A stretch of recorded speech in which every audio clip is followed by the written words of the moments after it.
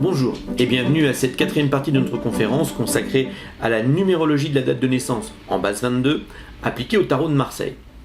Quatrième partie consacrée à l'énergie de l'année. On évoquera bien sûr un peu l'énergie du mois et du jour, mais c'est surtout sur celle de l'année que nous allons faire un focus aujourd'hui. Alors vous l'avez compris, la planche des énergies personnelles que nous avons abordée en deuxième partie de cette conférence nous a permis de dresser finalement une carte, une cartographie des énergies de l'individu. Cette cartographie répond à la question « Qui êtes-vous » ou « Qui suis-je » ? Eh bien, l'énergie de l'année va répondre à la question « Quand êtes-vous » mais aussi à la question « Où êtes-vous » Où en êtes-vous ? Pour commencer, sachez que les énergies personnelles suivent un cycle de 9 années. La première année est ainsi consacrée au commencement, aux potentialités. En gros, on sort de la grotte et puis on est un peu ébloui par tout ce qui se passe. C'est une belle journée d'été, après une sieste, on ouvre les volets et ouf, tout scintille à nos yeux. Tout semble fait pour nous. On va pouvoir se délecter de chaque chose extraordinaire qui brille devant nos yeux.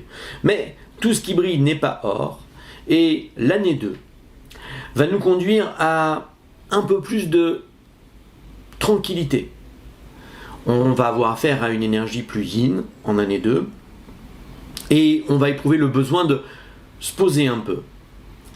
J'ai vu plein de choses en année 1, mais est-ce que toutes ces choses sont pour moi ou pas ?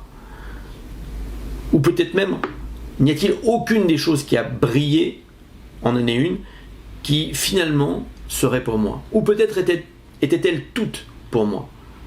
C'est au cours de cette année, dans l'introspection de la papesse, que nous allons réfléchir à tout cela, nous poser, pour analyser, sous-peser quelque part, et confronter avec notre vécu ancien toutes ces choses et voir si elles sont bonnes pour nous ou pas. Cette année 2 va nous permettre de préparer l'année 3 qui sera une année de décision.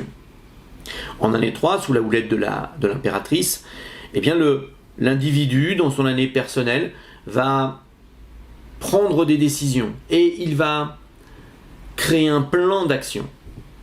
Plan d'action qui le conduira aux portes de l'année 4, qui sera une année qui sera consacrée à la construction.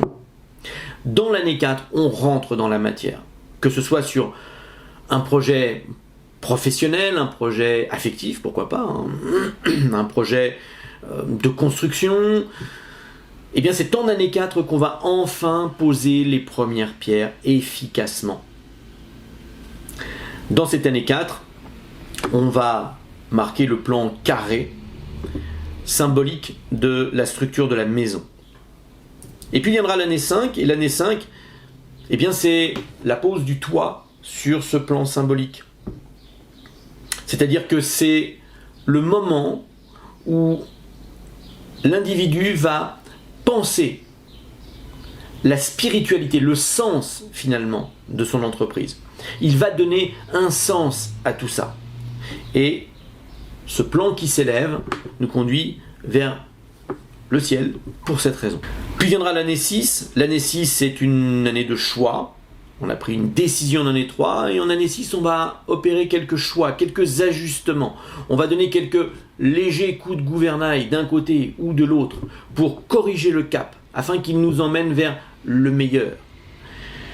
Ce cap sera destiné à améliorer notre construction et le sens qu'on a donné à cette construction.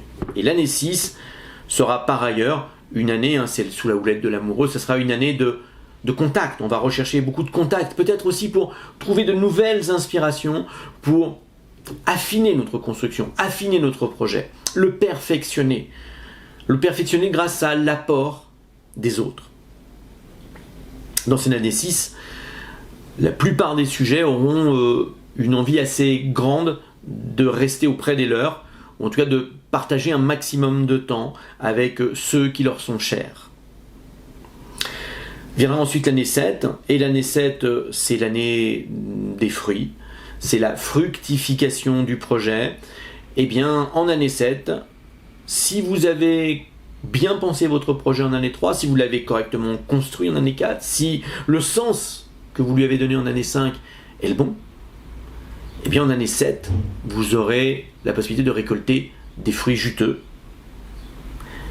A contrario, si vous avez mal pensé votre entreprise, si peut-être à cause d'une introspection un peu mal faite en année 2, eh bien il est probable que vos fruits en année 7 seront flétris, un peu trop secs, un peu trop petits.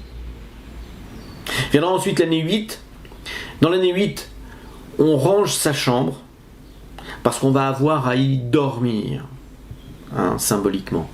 L'année 8, c'est l'année sous la houlette de la justice. On va régler un certain nombre d'affaires avec la justice des hommes. On va aussi prendre soin de sa santé. C'est le moment où le moindre bobo devra être pris en compte et soigné. Parce qu'en année 9, on n'aura pas le temps de faire tout ça. On n'aura pas le temps de ranger sa chambre. On n'aura pas le temps d'aller se préoccuper de ces petits bobos qui du coup pourraient dégénérer. On n'aura pas le temps parce qu'on va rentrer dans l'année 9. C'est l'année de l'ermite. Une année de bilan. L'année 9 est consacrée à tirer le bilan de ces 8 années qui ont précédé, et on va se poser régulièrement, souvent inconsciemment, le mieux c'est de le faire en conscience évidemment, on va se poser la question de « mais qu'ai-je fait de ces 8 années passées ?» Et plus vous avancerez dans vos années, et plus ces années 9 seront marquées par une perspective importante, puisqu'à 40 ans, vous commencerez à vous intéresser à non plus ce cycle-là, mais ce cycle-là plus celui qui a précédé et peut-être celui encore avant.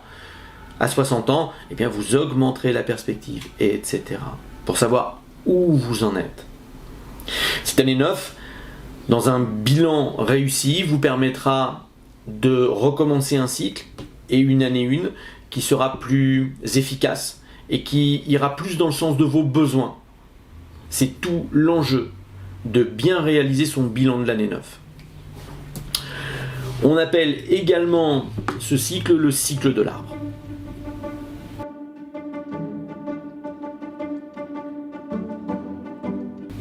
Alors, comment calculer mon année personnelle ? Alors le mode de calcul, on applique toujours une réduction théosophique, toujours en base 9. L'année personnelle, elle correspond à l'année universelle, donc l'année du calendrier, à laquelle on va ajouter la clé personnelle. L'année universelle, donc je vous le disais, c'est l'année du calendrier. Par exemple, 2018, eh bien c'est 2 plus 0 plus 1 plus 8, c'est-à-dire 11. C'est-à-dire que 11, c'est aussi 1 plus 1. Et donc en réduction théosophique, en base 9, ça sera 2. Donc 2018, c'est une année 2.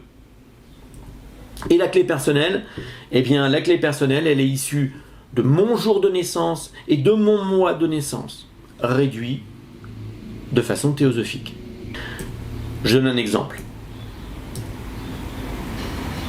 2021.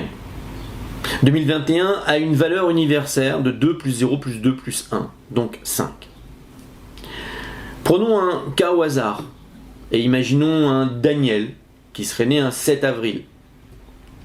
Sa clé personnelle est 7 pour le jour, 4 pour le mois. Donc 7 et 4, 11, on l'a vu tout à l'heure, 1 plus 1, 2. La clé personnelle de Daniel toute sa vie sera un 2. Et il utilisera cette clé eh bien, pour déverrouiller son année. En 2021, Daniel est donc en année personnelle 5 plus 2, 7. Année universelle 5, clé personnelle 2, résultat 7. Il vit donc une année qui est destinée à la récolte des fruits. S'il a fait les bons choix en année 3, eh bien ce Daniel va recevoir des fruits juteux. D'accord ? Si, par contre, il a fait des choix assez moyens, si il est allé plus vers ses envies que ses besoins, eh bien, ses fruits seront peut-être un peu flétris. Ça, vous avez compris ce principe-là. Attention, L'année personnelle ne commence qu'au jour de l'anniversaire du sujet. C'est une petite subtilité. Il y a d'autres chapelles, d'autres écoles sur le sujet. Je reste convaincu que l'année personnelle commence véritablement au jour anniversaire. Plus précisément, vous en sentez la force montante de cette nouvelle énergie dans les 5 à 6 semaines qui précèdent la date de naissance. En fait, 3 mois, mais ça n'est vraiment perceptible, c'est une courbe, ça n'est vraiment perceptible qu'à partir des 5-6 semaines qui précèdent votre date anniversaire. Si je reprends l'exemple de ce Daniel, 7 avril, ça veut dire qu'il est rentré en année 7, en 2021, seulement autour de début mars. Début mars, il a commencé à sentir ce besoin de maîtrise et d'indépendance si caractéristique de l'année 7.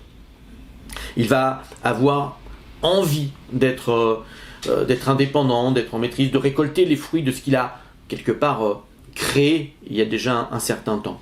Alors l'année 7, pourquoi faire? Les années personnelles et leur cycle nous enseignent quelque chose. À chaque fois, en nous baignant d'une énergie spécifique, elles nous apprennent à aller vers nous. L'énergie propre à chaque année doit être vécue le plus en conscience possible pour avancer sur le chemin du développement personnel. Et maintenant, entre le cercle et la spirale, c'est à vous de choisir. Allez-vous continuer à boucler ou allez-vous vous expanser? Merci d'avoir suivi cette conférence. À bientôt pour une prochaine opération de découverte de la numérologie en base 22, de la date de naissance appliquée au tarot de Marseille. Au revoir.